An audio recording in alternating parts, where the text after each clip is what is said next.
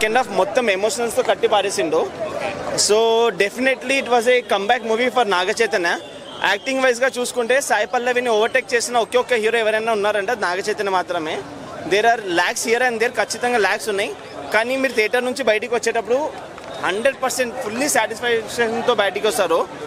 Devi Sri Prasad sir అదే sir love story చాలా బాగుంది. But the track pace was little slow అన్నమాట స్టార్టింగ్లో. బట్ స్టార్టింగ్ 30 minutes తర్వాత మూవీ ఒక పీక్ లెవెల్కి వెళ్ళిపోయింది.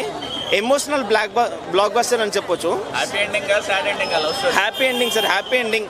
నాగ చైతన్య కెరియర్ బెస్ట్ యాక్టింగ్ ఇచ్చిండు. దేవిశ్రీ ప్రసాద్ మన్మధుడు మూవీలో ఎలాంటి మ్యూజిక్ ఇచ్చిండో సేమ్ మళ్ళీ అలాంటి మ్యూజిక్ ఇచ్చిండు. అంటే లైక్ చాలా మంది కంపారిజన్ చేస్తున్నారు దేవిశ్రీ ప్రసాద్ పని అయిపోయిందని. వాళ్ళకి సమాధానం ఈ మూవీ. తనకు ఒక మంచి ఫ్రీడమ్ ఇచ్చి వర్క్ చేపిస్తే ఎలాంటి బ్యాక్గ్రౌండ్ మ్యూజిక్ ఇస్తాడో కరెక్ట్గా చూపించిండు. సార్ ఫ్యామిలీ ట్రాక్లో నాగార్జున ఎప్పుడు ట్రాక్లోనే ఉన్నాడు. సీనియర్ వైజ్గా చూసుకుంటే స్టోరీ సెలెక్షన్ వైజ్గా he is very best compare to other heroes. Collections రావట్లేదు బట్ ఈ మూవీతో మళ్ళీ they will be going to come back.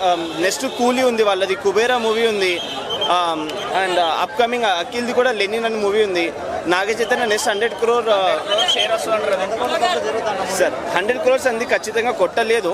నేనైతే చెప్పలేను 100 crores కొట్టదు.